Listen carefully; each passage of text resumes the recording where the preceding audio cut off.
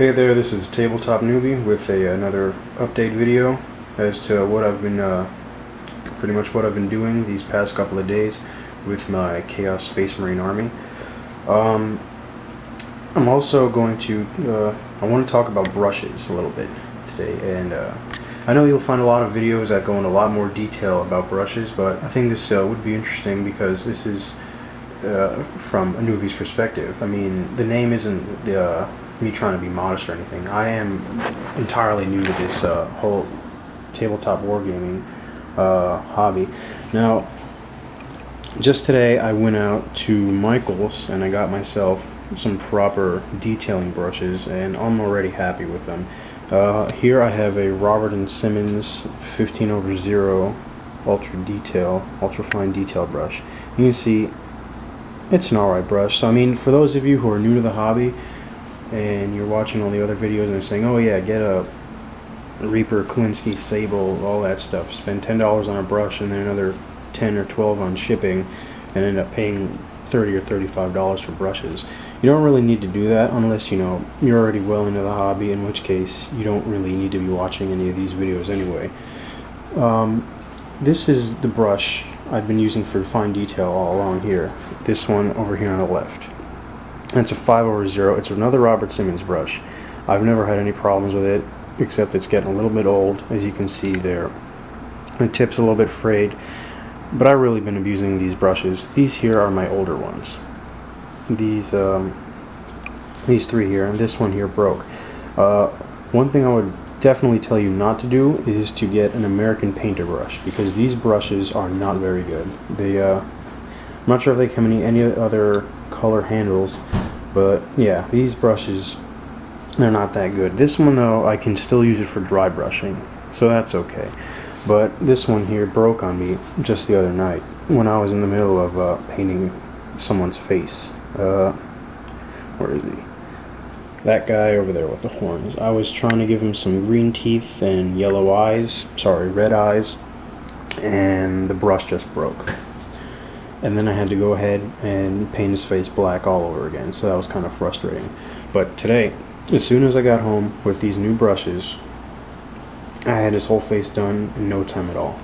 And I gave this guy here, that I showed you very briefly in the other video, I gave him eyes.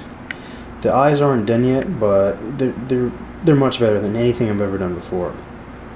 I just need to highlight them and give them that little white speck that you'll see a lot of people talking about in the videos to simulate reflection, just to make them look that much more detailed and realistic.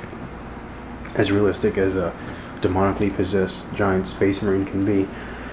But just to go ahead and show you contrast between my work now and my absolute first miniatures I ever painted. I'm almost hesitant to show this because they're really that bad, except the chain swords. I will still vouch for the chain swords and bolt guns on the majority of them, because those came out good.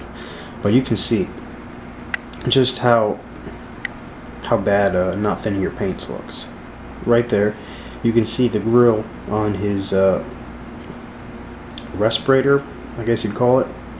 All that detail is just filled in.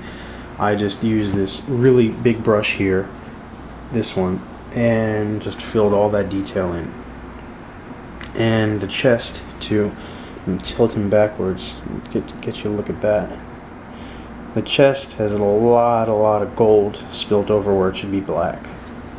And the backpack, again, just really thick layers of silver paint. I didn't even paint this guy's eyes because with the chainsaw in the way and the horns, it just seemed impossible to me back then. So I tried to do it, but you can see that it's just a mess on this guy. This guy, I actually did attempt to paint his eyes, and you can see how that turned out. Even the arrow on his helmet, that's just, I don't know. I thought all my stuff was bad until I looked at these guys here that I did about a year and a half ago. Man, these guys really, they did not come out too good at all. This guy doesn't even have a backpack. So if he gets shot, I guess he dies. No Space Marine fun for him. What else was I going to mention? Ah yes, these two big projects I got, because I really don't want to screw up on any of these. Here, I started to do the base coat for the skin on my Greater Daemon of Khorne. That's nothing special, but one thing I do want to show you guys is my Daemon Prince, because as you can see, none of my models have any basing on them, because it was never really appealing to me. But after looking at a lot of different works, and I have proof right here that I have done it at least once. This is a Space Wolf Salt Marine. I just used some cotton swabs, or cotton balls. I pulled them apart. I drenched them in water, scattered them on the base, and then I just drowned the whole thing in Gorilla Glue. And of course I used some red gore paint for the blood effects, because he's got the head of a fallen enemy on the head of his sword there, on the tip of his sword. So this guy actually, it's pretty cool. Also, if you ever get the Citadel Foundation set, or if you're using Fenrisian Gray, don't assume that it's going to be the bluish gray that you see on this guy, or would assume would be the same color on a Space Wolf. It's actually very, very dark. It's almost like ultramarine blue. You can see it on this shoulder pad here. I'm going to put him back in the light. Right there, you can see it's that dark blue. I left that on there because I figured it doesn't look too bad the way it is. It makes it look a little bit more weather worn. And yeah, I just left it like that. But if you're like me and new to this, don't be careful with the Fenrisian Gray. It's actually a very dark blue. I mean, I say be careful. You can just paint over it. No big deal. But yeah, it kind of looks like the color I'm about to show you on these guys here. This is going to be the base for my Daemon Prince. I'm going to put that in the light. It's got two Space Marines on it. He's stepping on one. I'm going to try and put the camera down so I can hold him up for you. Hang on a second. Alright, that should work. Now, how this is going to look when it's all done, I'm sure you've all seen a Daemon Prince before, but I think this is pretty nifty, and it's going to look good when it's done. He's going to just be stomping on that one. This isn't going to work. I'm just going to pick up the camera. He's going to just be stomping on that one guy there.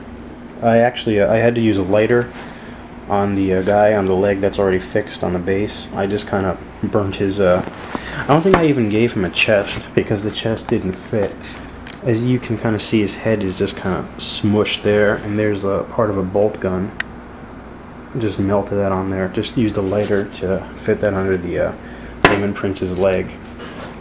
And that other guy, he's just trying to fight down hold up the giant Daemon Prince's leg, pressing down on him with just his chainsword. Poor guy. But Ultramarines are fags. I don't like them.